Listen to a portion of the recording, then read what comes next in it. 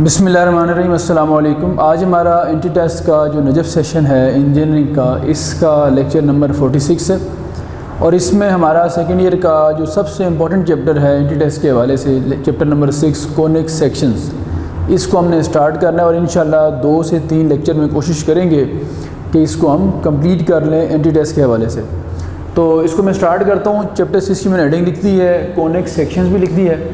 आप लोगों को सिर्फ इतना बताना ज़रूरी है इस चैप्टर के स्टार्ट करने से पहले कि किसी भी एंटी टेस्ट के अंदर जो फर्स्ट ईयर का चैप्टर 6 है और जो सेकेंड ईयर का चैप्टर 6 है, यानी फर्स्ट ईयर के 6 का मतलब है सीक्वेंस एंड सीरीज़ वाला और सेकेंड ईयर के चैप्टर 6 का मतलब है कॉनिक सेक्शंस। ये हर टेस्ट में बड़ा इंपॉर्टेंट इसका रोल होता है और पर्टिकुलरली जो नस्ट का एंट्री टेस्ट है उसके हवाले से इन 2 चैप्टर्स की बहुत ज़्यादा इंपॉर्टेंस है।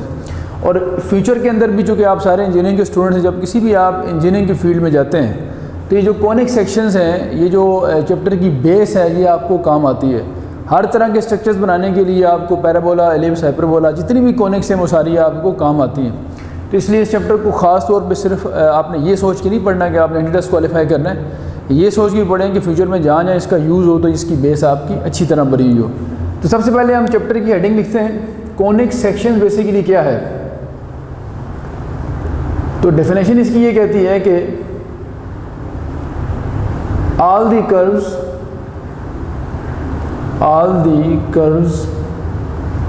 obtained by the intersection, किस चीज़ की intersection of a plane and a double right circular cone are called conics, या इसको हम कहते हैं कॉनिक सेक्शंस। तो ये डेफिनेशन में एक्सप्लेन करता हूँ आप लोगों के सामने। वो सारी कर्व्स, ऑल द कर्व्स जो कैसे बनती हैं, all the curves obtained by, किस तरह मिले आपको वो, by the intersection of a plane, एक प्लेन की इंटरसेक्शन किससे लेनी है, and a double right circular cone, double right circular cone के साथ। तो एक प्लेन और एक डबल राइट सर्कुलर कोन की जो इंटरसेक्शन बनती है उससे जो पॉसिबल कर्व्स आपके सामने आती हैं, इन कर्व्स को मैथमेटिक्स में हम कॉनिक्स या कॉनिक सेक्शंस कहते हैं। सेक्शंस का मतलब पार्ट्स और कॉनिक का मतलब जो कोन से बने हों। तो अब मैं ये जो डबल कोन है इसकी लिखता हूँ कंस्ट्रक्शन आप लोगों के सामने कि डबल कोन क्या चीज़ है, और फिर प्लेन की उससे हम इंटरसेक्शन लेके देखेंगे कि किस तरह से कर्व्स हमारे सामने आती हैं। अच्छा जी, ये मैंने आप लोगों के सामने एक डबल कोन बनाई है। सबसे पहले तो ये अंडरस्टैंड कर लें कि डबल कोन है क्या चीज़ और बनती कैसे है। तो ऊपर भी ये कोन है और नीचे भी ये कोन, और दोनों जो कोन्स हैं उनका वर्टेक्स जो है वो एक जगह पर आ रहा है, तो कॉमन वर्टेक्स है इन दोनों का। अब डबल कोन तो होगी 2 कोन की, जैसे राइट सर्कुलर कोन वो होती है जिसकी बेस जो है वो एग्जैक्ट एक सर्कल बना रही हो और जिसकी हाइट जो है वो बेस के साथ 90 डिग्री का एंगल बना रही हो। तो राइट सर्कुलर कोन, अगर इसकी बेस एलिप्टिक हो तो इसको हम एलिप्टिक कोन कहते हैं, और अगर समटाइम ऐसा भी होता है कि इसकी हाइट थोड़ी सी टिल्ड होती है तो उसको फिर हम टिल्टेड कोन कहते हैं, राइट कोन नहीं कहते उसको। अच्छा, इसमें हम करते ये हैं कि ये डबल कोन हमने बनाई है, ये बनी किस तरह वो ज़रा देख लेते हैं। हमें एक कंसिडर करनी पड़ेगी लाइन। मैं कहता हूँ कि एक लाइन है A B line, A B एक लाइन थी। जिस तरह लेट से मैं कहता हूँ कि ये मैंने एक मार्कर रखा हुआ है, जिस तरह इस ए बी लाइन जो कि इंक्लाइंड लाइन है, इसको एक वर्टिकल लाइन, जो रेड कलर की लाइन है वर्टिकल, इस लाइन के अबाउट रिवॉल्व करना है। ये वर्टिकल लाइन होगी और ये इंक्लाइंड लाइन है। अब ये जो इंक्लाइंड लाइन है ये वाली आपके पास, इसको हमने रिवॉल्व करना है इस लाइन के अबाउट। तो क्या होगा जब रिवॉल्व करेंगे इसको, तो ये यूँ रेवोल्यूशन होगी इसकी, इसका अपर एंड इस लाइन का अपर एंड यूँ रिवॉल्व करेगा। तो रिवॉल्व होते होते आपको एक इल्यूजन सा बनेगा, आपको इस तरह का एक सर्कल सा बनता हुआ नजर आएगा ऊपर, और जिसका लोअर एंड है वो इधर रिवॉल्व कर रहा होगा। तो मैं अगर इसको रिवोल्यूशन करके दिखाऊँ आपको, तो ये समझ लें कि ये लाइन थी इंक्लाइंड और ये रिवॉल्व कर रही है। जब ये रिवॉल्व कर रही है इस तरह से, तो अपर एंड भी रिवॉल्व कर रहा है, लोअर एंड भी रिवॉल्व, तो लोअर एंड रिवॉल्व करते करते कभी इधर आएगा कभी इधर जाएगा इस तरीके से, और अपर एंड भी यूँ रिवॉल्व करेगा, तो ये दूर से आप देखेंगे तो आपको एक डबल राइट सर्कुलर कोन नज़र आएगी जो अंदर से खाली है, हॉलो है अंदर से। अब ये जो इंक्लाइंड लाइन है जिसको हमने रिवॉल्व कर करके कोन बनाई है, इस लाइन को हम कहते हैं जनरेटर लाइन। जनरेटर लाइन, और ये लाइन इधर भी हो सकती है उधर भी हो सकती है। और ये इनफैक्ट अगर हम इन सारों को, इस डबल कोन को गौर से देखें तो इसमें बहुत सारी लाइंस की यूनियन है असल में। तो ये सारे की सारी लाइंस अगर मिलाएं तो ये कोन बंद, इसको हम कहते हैं कि जनरेटर लाइंस होगी पूरी। फिर ये जो वर्टिकल लाइन जिसके अबाउट हमने इसको रिवॉल्व किया है, इसको हम कहते हैं कोन के एक्सिस, एक्सिस ऑफ कोन। वैसे एक्सिस मैथमेटिक्स में उस लाइन को कहते हैं जिसके अबाउट कोई ग्राफ सिमेट्रिक होता है। तो आप देख सकते हैं कि इस लाइन के अबाउट लेफ़्ट और राइट पे ग्राफ सिमेट्रिक है। इधर जितनी कोन है जिस तरह की उसी तरह की उस तरफ भी बनी हुई है। ये जो दरमियान में पॉइंट है ये इसको कोन का वर्टेक्स कहते हैं, और एक और नाम एपेक्स भी लिखा हुआ है आपकी बुक में। और ये जो ऊपर नीचे दो पार्ट्स हैं कोन के, अपर पार्ट है ये इसका लोअर पार्ट है, इनको हम अपर और लोअर नैप्स कहते हैं, अपर नैप और लोअर नैप। तो ये अपर और लोअर नैप्स होगी इसकी। ये इसकी सर्कुलर बेस है जो नज़र आ रही है आपको, यहाँ कहीं इसका सेंटर होगा। तो बेस इसकी कौन सी है, सर्कुलर, तो लिख देते हैं इसकी जो बेस है सर्कुलर बेस है, इसीलिए इसको सर्कुलर कोन कहा जाता है। तो ये तो हो गई डबल कोन की कंस्ट्रक्शन। अब अगर मैं इसको डिफ़ाइन करूँ तो सिर्फ आप लोगों को समझाने के लिए मैं यहाँ लिख देता हूँ, बल्कि बोल देता हूँ हेडिंग लिख के, ताकि आप इसको अपने पास लिख लें। डबल राइट सर्कुलर कोन। तो कोनिक सेक्शन की रिस्पेक्ट से इसको कैसे डिफाइन करते हैं मैं बोल रहा हूँ, आप साथ साथ लिखते जाएं, फिर मैं इसको रेज करूँगा। तो मेरे बोलता हूँ, लिखेंगे डेफिनेशन इसकी।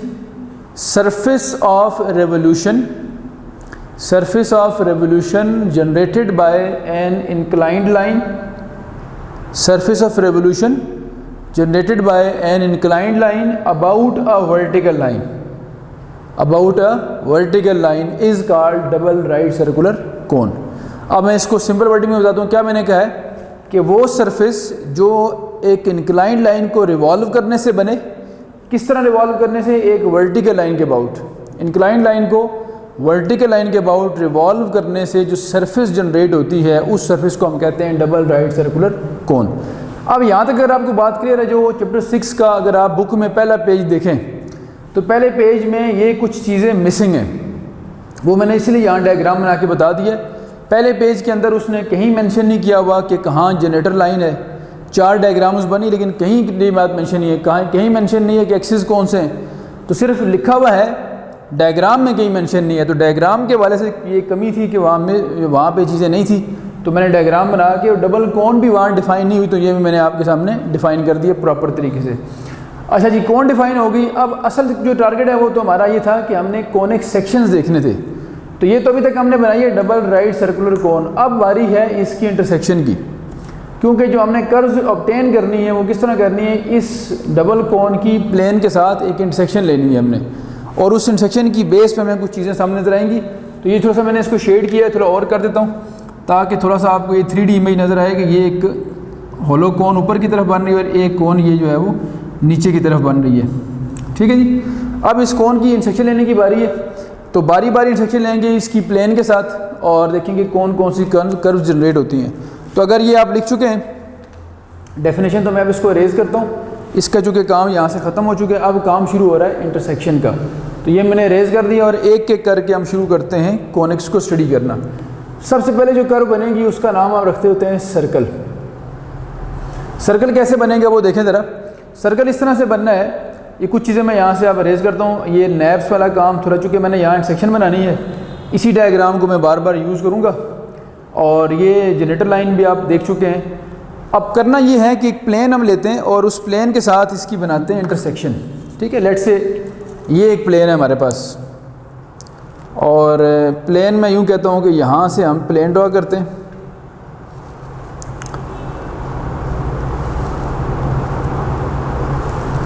ये एक प्लेन मैंने ड्रॉ किया आप लोगों के सामने, और प्लेन जो है इसको कट कर रहा है कोन को, यानी बिल्कुल इस तरह हमने कहा कि प्लेन इस कोन को यूँ कट कर रहा है। ये प्लेन की पोजीशन है, तो प्लेन जब इसको यूँ कट करेगा तो आप देख सकते हैं, बल्कि थोड़ा सा इसको हम नीचे बना लेते हैं ताकि ज़्यादा बड़ी डायग्राम आपको नज़र आए। थोड़ा सा यहाँ करके बनाता हूँ प्लेन को मैं। ये लेट से प्लेन है। अब देखें ये प्लेन है, ये प्लेन इसको कट कर रहा है यहाँ से। ये हम कहते हैं कि ये प्लेन ने कोन को कट किया है। इस तरह जब कट किया इसने, इस तरह से कि ये जो एक्सिस की लाइन है इसके साथ प्लेन का एंगल कितना बन रहा है 90 डिग्री। यानी कटिंग प्लेन जो है वो एक्सिस के परपेंडिकुलर अगर कट करेगा तो ये देखें प्लेन की और कोन की जो इंटरसेक्शन आ रही है आप लोगों के सामने, प्लेन की और कोन की जो इंटरसेक्शन है वो जस्ट जब यूं कट लगाएगा तो एक आपके पास क्लोज्ड कर्व बनेगी जिसको हम क्या कहते हैं सर्कल। ये क्लोज कर्व असल में इंटरसेक्शन पे आ रही है प्लेन की और कोन की। तो इसको कैसे डिफाइन करूँगा मैं कि इफ़ कटिंग प्लेन भी कह सकते हैं या इंटरसेक्टिंग प्लेन भी कह सकते हैं। Cutting plane is perpendicular to, if cutting plane is perpendicular to the axis of cone, axis के perpendicular हो and cuts only one nab, और सिर्फ एक नैब को कट करे या एक पार्ट कह लें, cuts only one part, then the intersection is called, then the intersection या curve of intersection कह लें आप लोग, ठीक है, ज़्यादा बेहतर रहेगा। then the curve of intersection is called circle. अब ये बड़ी सिंपल सी बात है, मैंने एक्सप्लेन भी कर दी है कि कटिंग प्लेन अगर इस तरह कट करे कोन को कि वो एक्सिस के परपेंडिकुलर हो तो फिर जो इंटरसेक्शन का कर्व बनेगी, कर्व ऑफ इंटरसेक्शन, वो क्या होगी, वो आपके पास एक सर्कल होगी। अब ये जितना आप इसको वर्टेक्स के करीब लेके जाएंगे उतना सर्कल का साइज़ कम होगा, तो जितना वर्टेक्स से दूर करेंगे उतना सर्कल का साइज़ ज़्यादा होगा। जब ये प्लेन एग्जैक्टली यहाँ से कट करेगा जहाँ वर्टेक्स है, यानी इस जगह कट करेगा बिल्कुल, तो फिर इंटरसेक्शन में जस्ट एक पॉइंट आएगा जिसको हम कहते हैं पॉइंट सर्कल। तो वो भी यहाँ लिख देता हूँ, उसकी डेफिनेशन कि पॉइंट सर्कल क्या होता है। पॉइंट सर्कल कब बनेगा जी, if cutting plane passes through the vertex then the curve of intersection is called point circle. वैसे पॉइंट सर्कल मैथमेटिक्स में हम उस सर्कल को कहते हैं जिसका रेडियस 0 होता है। तो मैं लिखता हूँ यहाँ शॉर्ट सा, circle of radius 0, circle of 0 degree कह सकते हैं, is called point circle. Circle of radius 0 is called point circle. ठीक है जी, ये बात क्लियर होगी। और मैंने डायग्राम जो सर्कल की सेक्शनल डायग्राम थी वो मैंने इरेज कर दी है। पहले प्लेन हमने यूँ रखा हुआ था जो एक्सिस के क्या था, परपेंडिकुलर। अब हम ये एलिप्स बनाएंगे तो थोड़ा सा उस प्लेन को टिल्ड करेंगे स्लाइटली, ठीक है, स्लाइटली टिल्ड करके देखेंगे क्या चीज़ बनती है। तो मैं यहाँ टिल्ड करके आपको इंटरसेक्शन बना के बताता हूँ। ये भी थोड़ी देर के लिए मैं इरेज करता हूँ ताकि ये डायग्राम आप मिक्स ना करते हैं, ये भी इरेज कर लेते हैं, ये दोबारा लिख लेंगे। अब ये स्लाइटली टिल्ड करेंगे प्लेन को तो यूँ प्लेन कट करेगा। अब जब इस तरह प्लेन ने कट करना है देखें आप, तो अब पहले जो था बिल्कुल रेगुलर शेप में यूँ कर्व बनती थी, क्लोज कर्व, अब थोड़ी सी ओवल शेप में बनेगी यूँ। तो ये इंटरसेक्शन बनेगी किस किस की, प्लेन की और डबल कोन की। तो थोड़ी ओवल शेप बनेगी। पहले जो शेप बनी थी वो एग्जैक्ट यूँ बन रही थी, राउंड जो सर्कल बन रहा था। अब जो बन रही है शेप वो थोड़ी सी ओवल है, यानी इस तरह की शेप जनरेट हो रही है आपके पास। इसकी लेंथ और विड्थ क्या है, लेंथ दोनों तरफ उसकी शेप थोड़ी सी वेरी करेगी उसके साइज़ में। इसको हम कहते हैं मैथमेटिक्स में क्या, एलिप्स। और डिफाइन कैसे करेंगे हम देखें, इफ़ कटिंग प्लेन कह लें या इंटरसेक्टिंग प्लेन कह लें। If cutting plane is slightly tilted, slightly tilted, थोड़ा सा टिल्ट कर रहे हैं उसको हम, लेकिन एक ही नैब को कट कर रहा है वो, and cuts only one nappe. One nappe या वन पार्ट भी कह सकते हैं, वहाँ मैंने वन पार्ट लिखा था, दो पार्ट से ऊपर नीचे। तो नैब इसका प्रॉपर वर्ड है। One nappe cuts only one nappe of one nappe, then the curve of intersection, curve of intersection is called ellipse। इसको हम कहते हैं एलिप्स। ठीक है जी, दो डायग्राम्स होगी आपके सामने। अब हम आते हैं तीसरी डायग्राम पे। अब आप देखें, पहली बात सर, पहले हमने प्लेन रखा बिल्कुल सीधा स्ट्रेट, जो इसके परपेंडिकुलर एक्सिस के, तो बनी आपके पास डायग्राम कौन सी, सर्कल की। फिर प्लेन को थोड़ा सा टिल्ड किया हमने। अब प्लेन थोड़ा और टिल्ड करना पड़ेगा हमें, तो मैं इसको अरेज करता हूँ ताकि ये बात क्लियर हो।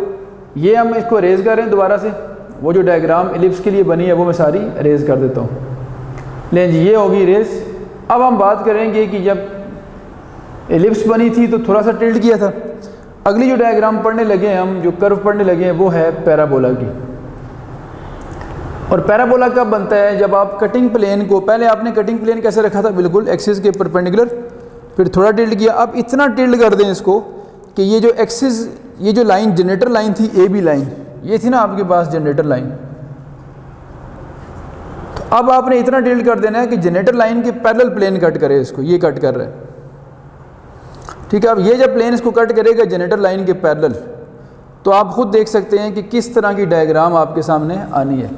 तो मैं कहता हूँ कि लेट से यूँ इसने कट किए, ये प्लेन था हमारे पास, इसने जनरेटर लाइन के पैरेलल कट किया। जब जनरेटर लाइन के पैरेलल कट करेगा तो अब एक साइड से कर्व ओपन हो जाएगी, यूँ इंटरसेक्शन बनेगी इनकी आपस में। ये उधर भी कर सकते हैं और ये इधर भी अगर आप बनाना चाहें, तो ये समझ लें कि प्लेन अगर इधर कट करे इसको इधर, तो यहाँ भी आपके पास इस तरह की इंटरसेक्शन बनेगी। यानी अब जो इंटरसेक्शन बन रही है वो इस तरह की डायग्राम आपके सामने आ रही है, इस तरह की, जो क्लोज कर्व नहीं, एक साइड से ओपन है और एक साइड से क्या है, क्लोज। इधर से वो कर्व ओपन हो गई है, यहाँ से राउंड होके, और यहाँ से राउंड होके देखें इधर ओपन हो गई है। तो प्लेन इसकी अपर नैप भी कट कर सकता है, लोअर नैप भी, यानी कोई एक नैप इसने कट करनी है। तो फिर जो कर्व बनेगी वो इस तरह की बनेगी, जिसको हम क्या कहते हैं, पैराबोला। तो मैं लिखता हूँ अब यहाँ पे कि इफ़ कटिंग प्लेन इज़ क्या करना जी, आपने पैरेलल रखना है, parallel to the generator line. Generator line के पैरेलल होगा, then the curve of intersection, then the curve of intersection is called parabola. फिर इस कर्व को हम कहेंगे ये क्या है, पैराबोला है। ठीक होगी बात जी। अब पहले स्ट्रेट, फिर थोड़ा टिल्ड, फिर और टिल्ड। अब आखिरी केस बच गया इसका, इसको फिर मैं अरेज करता हूँ। ये जो पैराबोला वाली डायग्राम है ये भी हम अरेज कर देते हैं, और अब हम आखिरी डायग्राम की तरफ आते हैं, जो फोर्थ एंड लास्ट बनेगी आपके पास आपके कोर्स की रिस्पेक्ट से कोनिक। और वो वाली कोनिक जो हम पढ़ने लगे हैं वो है हमारे पास हाइपरबोला की। तो देखना ये है कि हाइपरबोला के लिए कटिंग प्लेन की क्या हमें रखनी पड़ेगी पोजीशन। तो मैं ये करता हूँ, जिस तरह मैंने अभी आपको बताया कि पहले प्लेन था एक्सिस के परपेंडिकुलर, फिर थोड़ा टिल्ड हुआ तो एलिप्स बनी, जनरेटर लाइन के पैरेलल किया तो क्या बन गया आपके पास, पैराबोला। अब हम क्या करते हैं कि जो कटिंग प्लेन है उसको बिल्कुल हम, ये जो एक्सिस की लाइन है इसके साथ पैरेलल रखते हैं। ये कटिंग प्लेन आ गया आपके पास। अब कटिंग प्लेन जब इसके बिल्कुल रखा हमने पैरेलल, तो ये देखें जो डायग्राम हमारे सामने बनने जा रही है वो है इस तरह की डायग्राम। तो ये प्लेन जब कट कर रहा है, ये प्लेन है आपके पास, तो इसने जब यहाँ कट करना है तो ऊपर की तरफ भी इस तरह की इंटरसेक्शन बनानी है इसने, और नीचे की तरफ भी इसने इस तरह की इंटरसेक्शन बनानी है इसके साथ। तो इसका मतलब क्या हुआ कि ऊपर इस तरह की कर्व बनेगी, नीचे इस तरह की कर्व बनेगी आपके पास। दोनों की शेप सेम होगी, सिर्फ जो है उसका फेस अपवर्ड ओपन है, इसके इधर ओपन है डाउनवर्ड। तो ये ऊपर कर्व बन रही है यहाँ से ओपन, ये यहाँ से राउंड हो गया यहाँ से ओपन। तो ये जो कर्व जो डबल एक तरह के देखें तो दो पैराबोलास नज़र आ रहे हैं, ऐसा नहीं। तो ये जो ऊपर ये दो कर्व्स बन रही हैं इनको हम कहते हैं, ये जो कर्व्स हैं ये असल में हाइपरबोला की कर्व्स हैं। तो मैं यहाँ लिखता हूँ जो फोर्थ नंबर पे डायग्राम बन रही है वो कौन सी है, हाइपरबोला। ठीक है जी। और ये कैसे बनेगी कि आपने जो कटिंग प्लेन है उसको एक्सिस के पैरेलल कर देना है बिल्कुल। तो मैं लिखता हूँ ये बात, if cutting plane is parallel to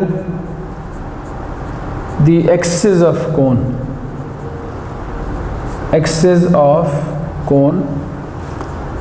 then the curve of intersection,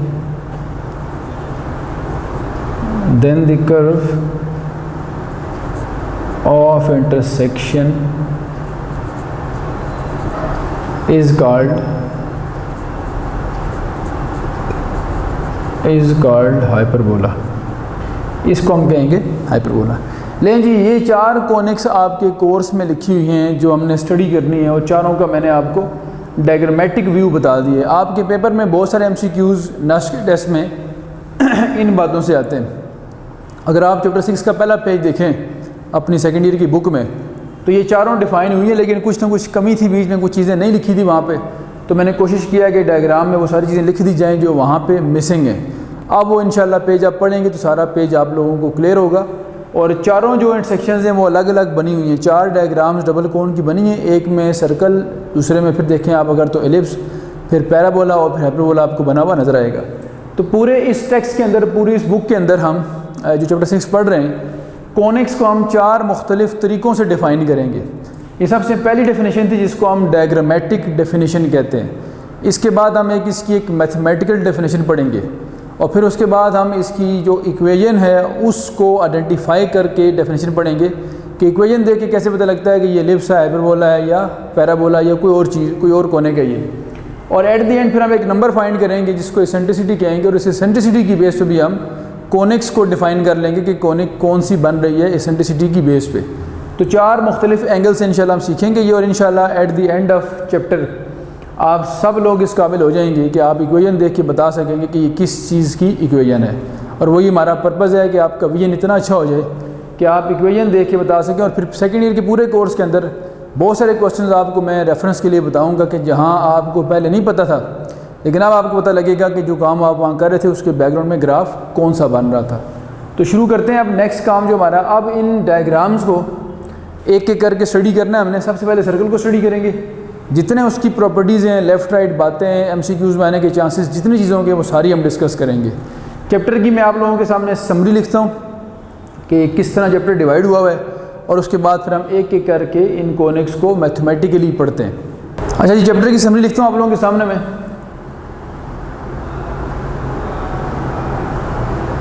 summary कुछ इस तरह से है कि इसमें एक्सरसाइज 6.1 से लेकर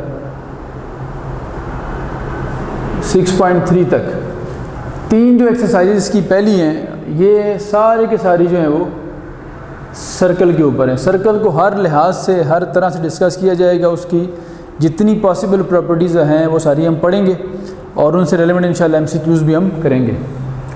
आगे चलेंगे जब हम, तो एक्सरसाइज 6.4 जो है, ये पूरी की पूरी एक्सरसाइज जो है वो सिर्फ़ और सिर्फ पैराबोला के ऊपर है। फिर हम पढ़ेंगे एक्सरसाइज 6.5, ये सारे की सारी एक्सरसाइज जो है ये है एलिप्स के ऊपर। और फिर एक्सरसाइज 6.6 है हमारे पास, जो सारे के सारे हम पढ़ेंगे हाइपरबोला के ऊपर। और फिर उसके बाद जो लास्ट हमारा पोर्शन रह जाएगा, यानी कॉनिक्स का काम तो यहाँ तक पूरा हो जाएगा, सर्कल, पैराबोला, एलिप्स, 6.6 तक तो आप सारी कॉनिक्स पढ़ लेंगे। फिर 6.7 में जब आप इंटर होंगे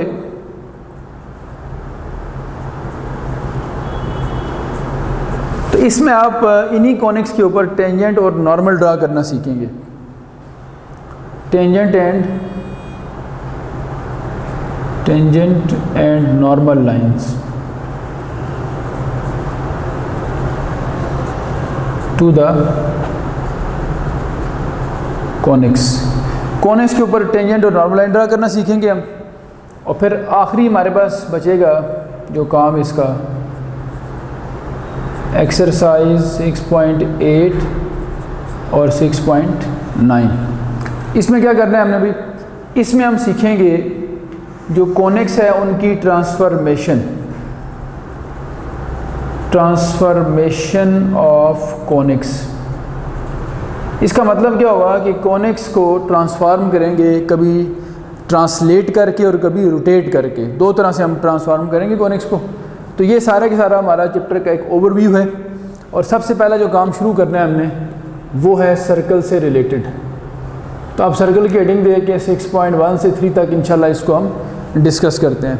सर्कल को सबसे पहले हम अगर मैथमेटिकली डिफाइन करें तो हम ये कहते हैं कि ये उन सारे पॉइंट्स का लोकस होता है जो पॉइंट प्लेन के अंदर किसी एक पॉइंट से सेम डिस्टेंस पे होते हैं। तो मैं इसको लिखता हूँ यहाँ पे, क्या जो बात मैंने बोली है, locus of all those points, locus of all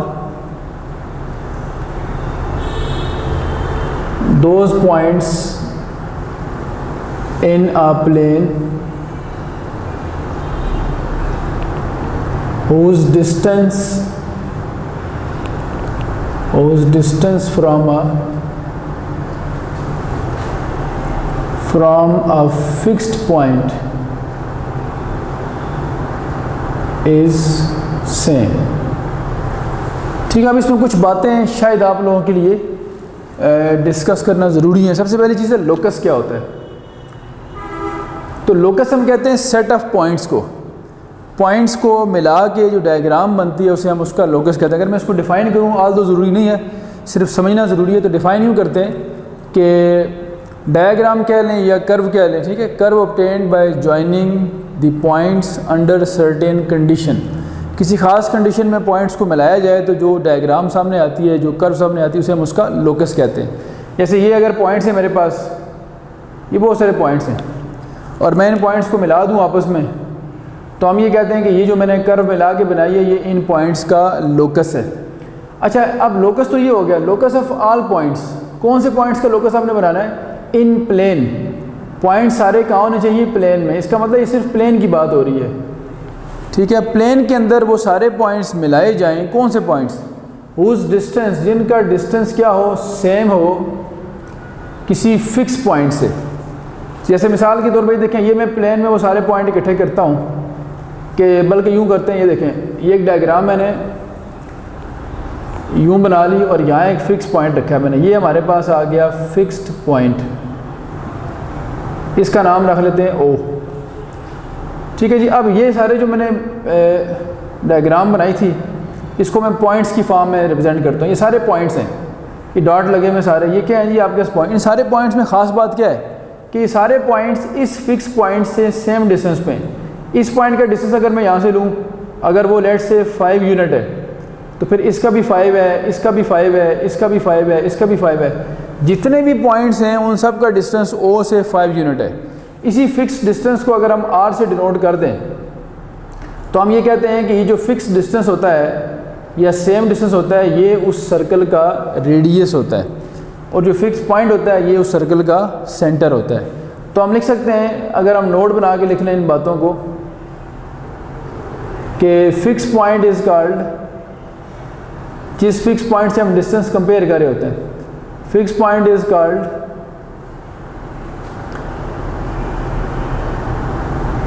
centre of circle, and fixed या सेम डिस्टेंस जो है, कांस्टेंट डिस्टेंस भी कह सकते हैं, सेम डिस्टेंस जो है उसे क्या कहते हैं? Same distance is called radius of circle. ठीक होगी बात जी?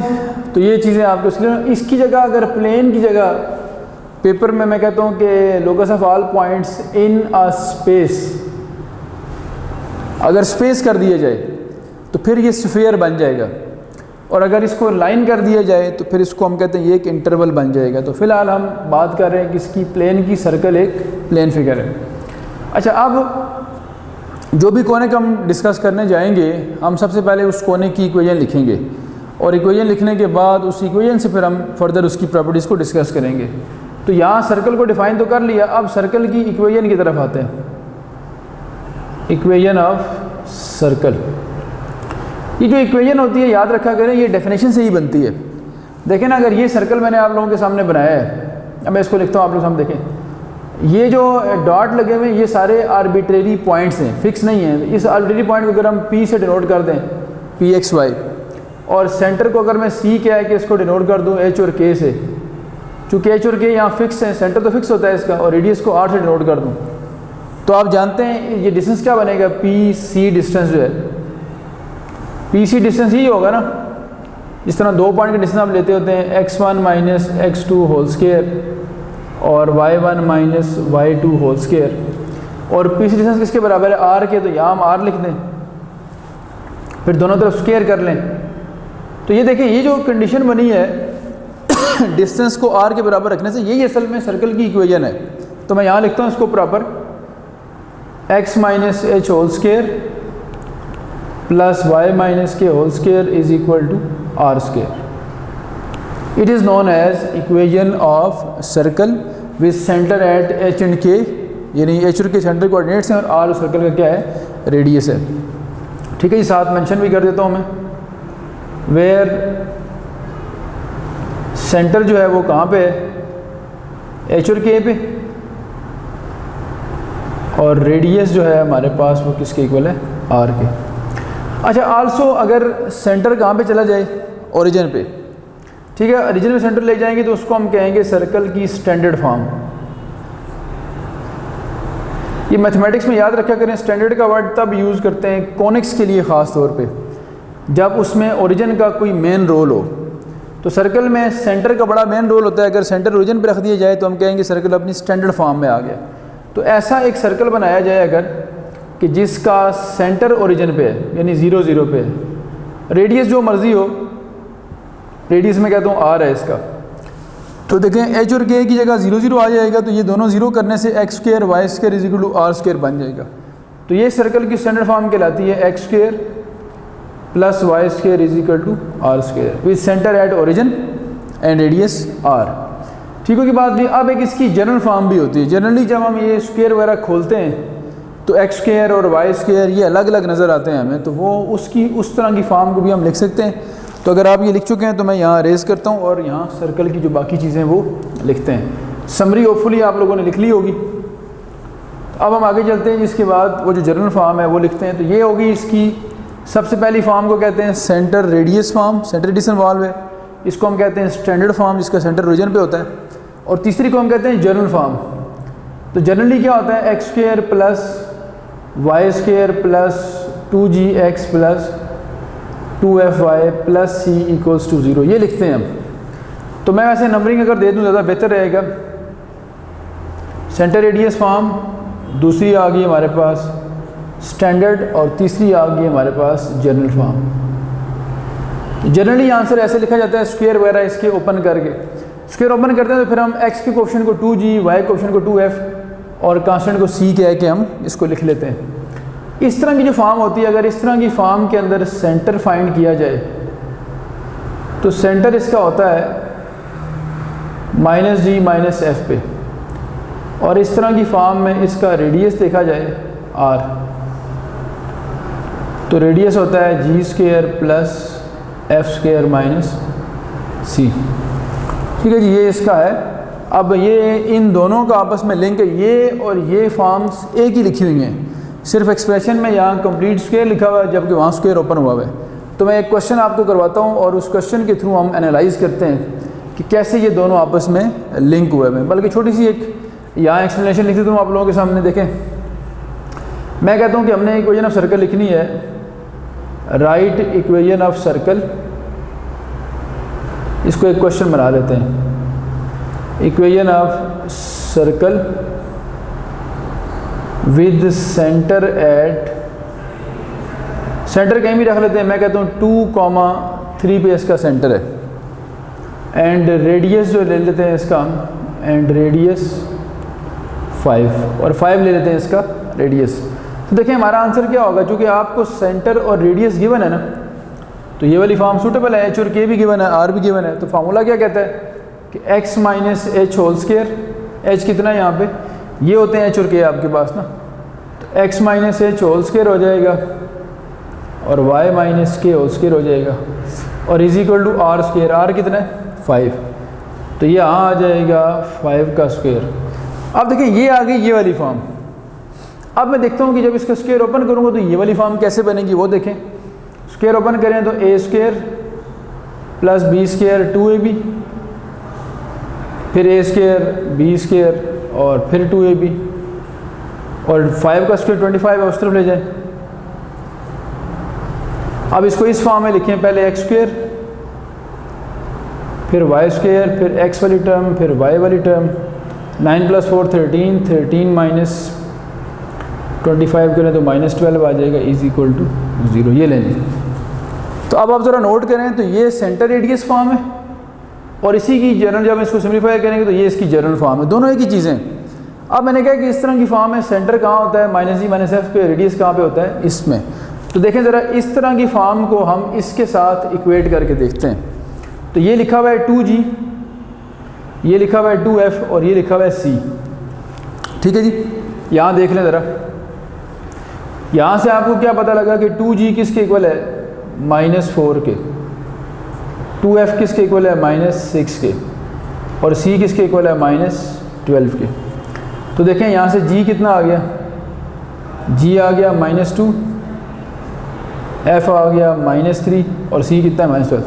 तो ये फार्मूला अगर लगाएं तो सेंटर कहाँ बनता है इसका, देखें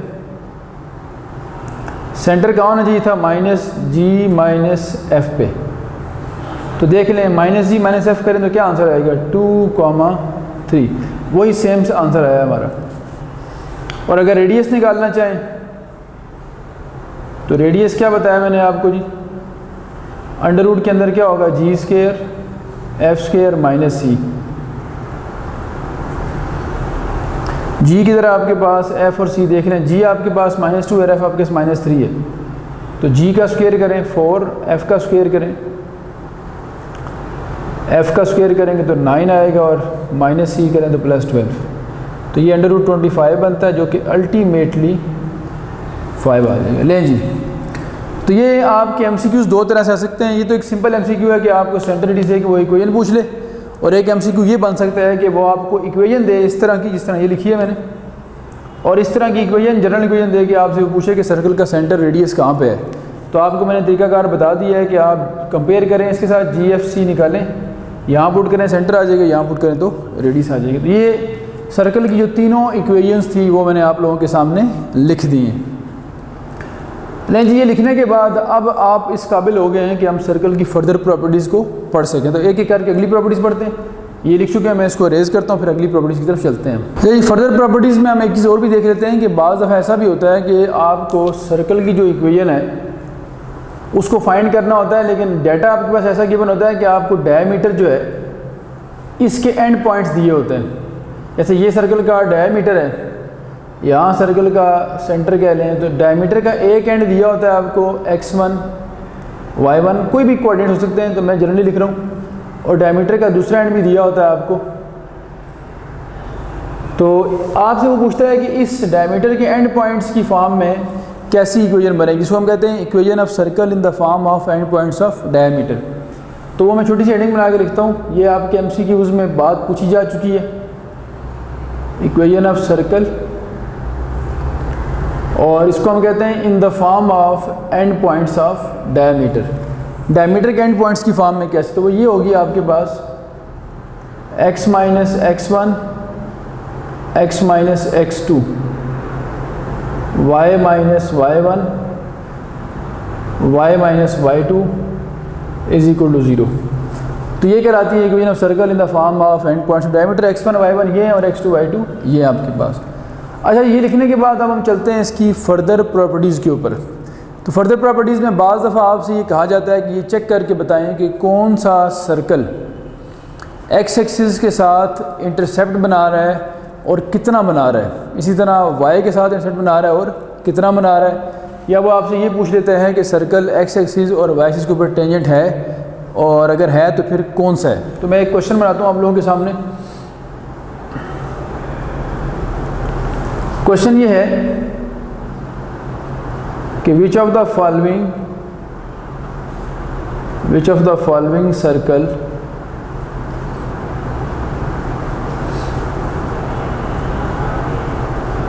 is tangent to the x axis, tangent to the x axis, यानी कौन सर्कल है जो x एक्सिस पे टेंजेंट है। अब ये बड़ी मुश्किल बात है, कैसे पता लग सकेगा हमें कि सर्कल जो है वो x एक्सिस के साथ टेंजेंट हो। टेंजेंट होने का मतलब है कि किसी एक पॉइंट को सर्कल x एक्सिस पे टच कर रहा हो। तो ये आपके कोर्स में लिखा तो नहीं हुआ कैसे चेक करना है, लेकिन इसका आइडिया ज़रूर हमें मिल जाता है। वो कैसे मिलता है देखें, सर्कल जब एक्स एक्सिस को टच करता है तो तीन तरह की चीज़ें आपके सामने आती हैं, या तो सर्कल टच करेगा, या टच नहीं करेगा, और या फिर सर्कल कट कर जाएगा। जब सर्कल टच करता है तो सर्कल में और एक्स एक्सिस में एक पॉइंट कॉमन मिलता है आपको सिर्फ। जब सर्कल एक्स एक्सिस को टच नहीं करता तो आप अगर सर्कल को और एक्स एक्सिस को सॉल्व करें तो आपको इमेजिनरी रूट्स मिलते हैं, और जब एक्स एक्सिस को सर्कल कट करता है तो फिर एक्स एक्सिस को सर्कल को सॉल्व करने से आपको दो जो हैं वो रूट्स मिलते हैं। वो कौन से रूट्स होते हैं? एक रूट इस जगह पे आता है और एक इस जगह पे आता है। तो ये जो ए बी डिस्टेंस होता है, जो इसने एक्स एक्सिस का पोर्शन कवर किया हुआ है, कैप्चर किया हुआ है, इसको हम कहते हैं सर्कल का एक्स इंटरसेप्ट। इसी तरह वाई के लिए भी है, वाई को टच भी कर सकता है, वाई को कट भी कर सकता है, और ना टच और ना कट दोनों काम नहीं भी हो सकते। अब इन सारी बातों का पता कैसे लगता है मैं आपको इससे बताता हूँ किस तरह होगा। ये लें जी, पहला ऑप्शन लेते हैं यहाँ पे सर्कल का x square plus y square plus 2x plus 3y, और बल्कि यूँ कर लेते हैं x square plus y square plus 5x plus 6y minus 6 is equal to 0। ये कर लिया जी हमने, ठीक है। इसको भी चलें प्लस ही कर लेते हैं, ज़रा बात बेहतर आपको समझ आ जाएगी। दूसरा ऑप्शन हम ले लेते हैं इसका x square plus y square plus 6x plus 4y plus 9 is equal to 0। तीसरा ऑप्शन हम ले लेते हैं x square plus y square plus 6x plus 4y plus 4 is equal to 0। और डी ऑप्शन हम लिख लेते हैं नन ऑफ दीज, या वन ऑफ दीज, या ऑल ऑफ दीज भी हो सकता है। खैर, अच्छा, अब आपने क्या बताना है कि कौन सा सर्कल एक्स एक्सिस पे क्या है, टेंजेंट है। तो मैं पहले इसका आपको बताता हूँ एक फार्मल प्रोसीजर, और फिर उसको हम शॉर्टकट में कन्वर्ट कर लेंगे। फार्मल प्रोसीजर तो ये है कि जब भी आपने देखना है कि सर्कल एक्सिस को टच कर रहा है, ये नहीं कर रहा, तो एक्स एक्सिस आप जानते हैं इसकी इक्वेशन चैप्टर 4 में आपने पढ़ी है, क्या होती है, y इज इक्वल टू 0, और सर्कल की इक्वेशन इन चारों में से कोई भी हो सकती है। तो आपने y को 0 पुट करके देखना है। y 0 पुट करने से अगर आपको x की एक वैल्यू मिलती है तो इसका मतलब होगा सर्कल x एक्सिस पे टेंजेंट है। तो देखें y को, और अगर y को 0 पुट करने से x की दो वैल्यूज़ मिलती हैं तो इसका मतलब है दो जगह कट कर रहे हैं एक्सिस को, चूँकि सॉल्व कर रहे हैं ना असल में हम, y0 का मतलब x एक्सिस, और सर्कल को हम सॉल्व करने के लिए साइमल्टेनियसली इसको वैल्यूज़ पुट करके सॉल्व कर रहे हैं असल में। और अगर आपको y0 पुट करने से इमेजिनरी वैल्यूज़ मिलती हैं x की, तो फिर ये वाला केस होगा कि ना टच कर रहा है और ना कट कर रहा है। तो मैंने y को 0 पुट करना है पहले वाले में, देखें फर्स्ट ऑप्शन में। यहाँ जब आप y को 0 पुट करेंगे देखें क्या बनता है, y इधर 0 पुट करके इधर से क्या बना, ये बन गया x square plus 5x plus 6। Factor बना लें आसानी से, मैं ज़रा शॉर्ट करता हूँ। फैक्टर बना लेंगे तो आपको x की दो वैल्यूज़ मिलेंगी, x is equal to -2, x is equal to -3। इसका मतलब ये कौन सा केस बन गया? अगर डायग्रामेटिकली बनाऊँ यहाँ पे तो ये तीसरा केस बना है, ये वाला, कि जिसमें सर्कल ने दो जगह कट किया एक्स एक्सिस को, एक x इज इक्वल टू -3 पे और एक x इज इक्वल टू -2 पे। इसका मतलब ये इंसाइट कर रहा है ये टेंजेंट नहीं है। ऐसी लाइन जो सर्कल को दो जगह पे कट कर जाती है, इस लाइन को मैथमेटिक्स में क्या कहते हैं हम, सीकेंट लाइन। और जो टच करे एक जगह पे उसे हम क्या कहते हैं, ये कौन सी लाइन है? तो अगर इस डायग्राम में देखें तो एक्स एक्सिस की लाइन टेंजेंट लाइन है, इस डायग्राम में एक्स एक्सिस की लाइन सीकेंट लाइन है। तो अभी हम कह सकते हैं कि ये जो सर्कल है इसकी और एक्स एक्सिस की आपस में क्या बन रही है, जो प्रॉपर्टी वो ये है कि एक्स एक्सिस इसके साथ सीकेंट लाइन बना रहा है। और ये जो दरम्यान में गैप है -3 और -2 के दरम्यान कितना गैप होता है, 1 यूनिट का। ये जो 1 है ये कहलाता है इसका एक्स इंटरसेप्ट। तो कभी अगर आपसे कहा जाए कि सर्कल का एक्स इंटरसेप्ट फाइंड करें तो y0 पुट करके जो x की दो वैल्यूज़ आएंगी उनके दरमियान डिस्टेंस जो होगा वो होगा इसका x इंटरसेप्ट। चलें ये तो ना हो सकता टेंजेंट, इसकी तरफ आते हैं। इसमें अगर हम y को 0 पुट करते हैं, क्योंकि हमने वही देखना है, y0 पुट करेंगे तो क्या बनेगा, ये बनेगा x² plus 6x plus 9 is equal to 0। Factor बनाएंगे तो ये बनेगा x प्लस 3 का स्क्वायर और दोनों रूट सेम आ जाएंगे, x इज इक्वल टू -3 और -3। तो मतलब क्या हुआ कि ये वो सर्कल है जिसने, अब इसको मैं रेज करता हूँ, जिसने x एक्सिस को सिर्फ एक पॉइंट पे कट किया है, टच किया है, और वो पॉइंट कौन सा है, x इज इक्वल टू -3। तो अगर आपको एक ही रूट मिला है, रूट्स रियल और रिपीट हो रहे हैं, तो इसका मतलब है सिर्फ एक जगह ही टच कर रहे हैं। तो कन्फर्म हो गया कि ये वाला सर्कल जो है, ये वाला सर्कल x एक्सिस पे क्या है, टेंजेंट है। बात क्लियर होगी सब लोगों को भाई। तो ये पहले वाला टेंजेंट नहीं था, दूसरे वाला क्या बन गया हमारे पास, टेंजेंट बन गया। तो अब हम ये इसी बात को ज़रा शॉर्टकट वे से देखते हैं कि अगर इसको जनरलाइज़ किया जाए तो शॉर्टकट क्या बन सकता है। अब डेफिनेट सी बात है, पेपर में इतना टाइम तो होना नहीं हमारे पास कि हम पहले y को 0 पुट करें पहले वाले में, फिर दूसरे वाले में, और अगर ऑप्शन डी में हुआ तो a b c तीनों चेक करते हुए तुम्हारे अच्छे खासा टाइम हमारा ज़ाया होगा, हमारे 2 से 3 मिनट लग जाएंगे, जबकि हमने 40 से 45 सेकंड के अंदर अंदर मैक्सिमम अपना क्वेश्चन अटैम्प्ट करना होता है। तो अब मैं इसका आपको बताता हूँ एक शॉर्टकट वे, ताकि आप लोग, ये तो मैंने प्रॉपर इसलिए बताया ताकि आपको समझ भी आए कि टेंजेंट होने का और सीकेंट होने का मीनिंग क्या होता है। अगर ये आपको समझ आ गया है तो इसी बात का शॉर्टकट देखें कि कोई भी circle tangent to x axis कब होता है, उसका शॉर्टकट लिखने लगा हूँ। तो शॉर्टकट उसका ये है कि अगर सर्कल का g स्क्वायर c के इक्वल हो तो वो सर्कल x एक्सिस पे क्या होता है, टेंजेंट होता है। तो देखें आप इसका g निकालें, g क्या होता है, बेसिकली 2g होता है x का कोफिशिएंट। तो g अगर देखें तो यहाँ 5/2 आ रहा है और उसका स्क्वायर c के इक्वल नहीं है। यहाँ अगर हम देखें तो 2g 6 है, तो g कितना हो गया, 3, g आ गया आपके पास 3, और c कितना है, 9, c कितना हो गया, 9। तो बड़ा क्लियर है कि g का स्क्वायर c के इक्वल है। तो इसका मतलब है टेंजेंट x एक्सिस पे क्या है, सर्कल x एक्सिस पे क्या है, टेंजेंट है। बिल्कुल इसी तरह अब आप समझ गए होंगे कि अगर मैं आपसे कहता हूँ कि टेंजेंट टू y एक्सिस कब होगा सर्कल, तो उसका बड़ा सिंपल सा हमारे पास प्रूफ है। वो क्या है कि जिस सर्कल में f स्क्वायर c के इक्वल आ जाए, जिस तरह g c के इक्वल आए तो क्या होता है, g का square tangent to x axis, f square c के इक्वल आए तो हम कहते हैं टेंजेंट टू y एक्सिस है। तो ये इसकी कंडीशन है। तो ये जो आखिरी वाला ऑप्शन लिखा हुआ है इसको गौर से देखें। f क्या होता है असल में, y का कोफिशिएंट होता है 2f, इसको देखेंगे तो 2f 4 के इक्वल है। तो f कितना हो जाएगा, 2, और c किसके इक्वल है, 4 के। तो इसमें अगर बड़ा क्लियर देखें तो f स्क्वायर c के इक्वल आ रहा है। इसका मतलब जो आखिरी सर्कल है ये वाला, इसके बारे में हम कह सकते हैं कि ये circle tangent to y axis है, ये y एक्सिस के ऊपर क्या है, टेंजेंट है। लें जी, ये कंडीशन हमारे पास होगी। तो ये कुछ सर्कल की जो इक्वेशन थी, जनरल इक्वेशन ये वाली जो होती है, इससे रेलेवेंट कुछ MCQs मैंने बता दिए, 1-2 आपको हिंट दे दिया। बस इससे आप 15-20 MCQs वैरायटी के साथ बना सकते हैं। वो अब आपकी अपनी चॉइस है कि आप किस तरह बनाएंगे। अब आपके पास सर्कल की इक्वेशन की आइडेंटिफिकेशन आ गई है कि सर्कल की इक्वेशन वो इक्वेशन होती है जिसमें x और y दोनों पे स्क्वायर होता है और दोनों के कोफिशिएंट सेम होते हैं, 1 1 2 2 3 जो भी हो, लेकिन हो क्या, सेम। उसे हम कहते हैं वो सर्कल की इक्वेशन है। ठीक होगी बात जी। तो अब ये बात क्लियर करने के बाद सर्कल की फर्दर प्रॉपर्टीज़ पढ़ते हैं।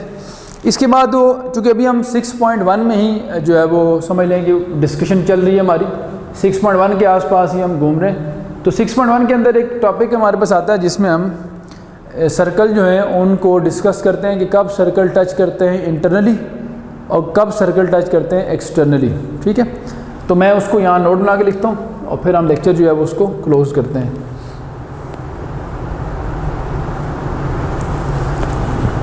तो पहला मैं लिखता हूँ कि टू सर्कल्स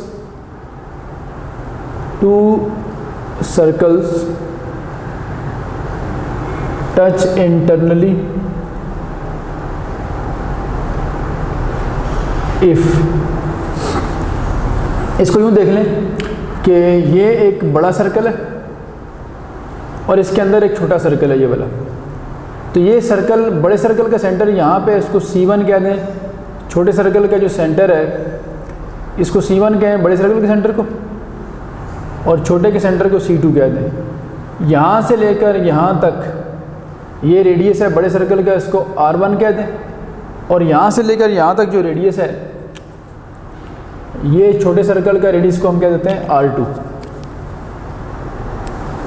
तो अगर ये इसको टच कर रहा है अंदर से इंटरनली तो बड़ा क्लियर नज़र आ रहा है कि जो दोनों के C1 से C2 जो डिस्टेंस है वो अगर हम R1 में से R2 माइनस कर दें, ये माइनस कर रहा हूँ मैं, तो बाकी अगर R2 माइनस कर दिया हमने R1 में से, तो जो बाकी बचता है पीछे वो असल में दोनों के सेंटर का डिस्टेंस बचता है। तो बड़ी आसान सी कंडीशन होगी कि दोनों के सेंटर्स का जो डिस्टेंस है C1 C2 वो रेडियस के डिफरेंस के बराबर हो, अगर ग्रेटर माइनस स्मॉलर, तो हम ये कहते हैं कि वो सर्कल इंटरनली टच कर रहे हैं। ठीक हो कि बात जी। और दूसरी कंडीशन ये है हमारे पास कि टू सर्कल्स टच एक्सटर्नली। कब करेंगे ये जी? इफ़ एक्सटर्नली कब करेंगे वो भी देख लेते हैं। उसकी डायग्राम बल्कि मैं अलग से बना देता हूँ। यहाँ पे ये देखें, एक सर्कल ये है और एक हम बना लेते हैं यहाँ पे, और हम ये कहते हैं कि ये दोनों सर्कल जो हैं ये टच कर रहे हैं बाहर से। ठीक है जी। तो ये दोनों टच तो कर रहे हैं, लेकिन वो इंटरनल था, ये क्या है, ये एक्सटर्नल टच कर रहा है इसको। तो कंडीशन ये बनेगी हमारे पास कि अगर इसका सेंटर C1 है, इसका सेंटर C2 है, तो ये हो गया दोनों के सेंटर्स का डिस्टेंस। और अगर इसका रेडियस R1 है, इसका रेडियस R2 है, तो बड़ा क्लियर नज़र आ रहा है R1 प्लस R2 करने से दोनों के सेंटर का डिस्टेंस बनता है। तो वहाँ माइनस था, यहाँ हम क्या कहेंगे कि एक्सटर्नली कब टच करेंगे? इफ़ इसको बल्कि यहाँ लिखना कि दोनों में ज़रा सिमेट्री नज़र आए कि अगर ये कंडीशन हो तो क्या कहेंगे, इंटरनली टच कर रहे हैं। और अगर ये कंडीशन हो कि दोनों के जो सेंटर का डिस्टेंस है ये रेडियस के सम के बराबर हो, तो फिर हम कहेंगे ये एक्सटर्नली टच कर रहे हैं। ठीक हो कि बात जी। अगर ये क्लियर है आप लोगों को बात, तो फिर हम इसको आगे चलाते हैं। तो ये कंडीशन थी। इस कंडीशन के पढ़ने के बाद मैं चाह रहा हूँ कि आज के लेक्चर यहाँ क्लोज़ करते हैं। आज हमने बेसिक चीज़ें पढ़ी सारी, कोनिक सेक्शन को डिफ़ाइन किया, और उसके बाद जो पहली कोनिक सर्कल की है उसको थोड़ा सा हमने डिस्कस किया है। सर्कल से रिलेटेड और बहुत सारी बातें वो इंशाल्लाह हम नेक्स्ट क्लास में डिस्कस करेंगे। तो आज तक के लिए इतना काफ़ी है। अल्लाह हाफ़िज़।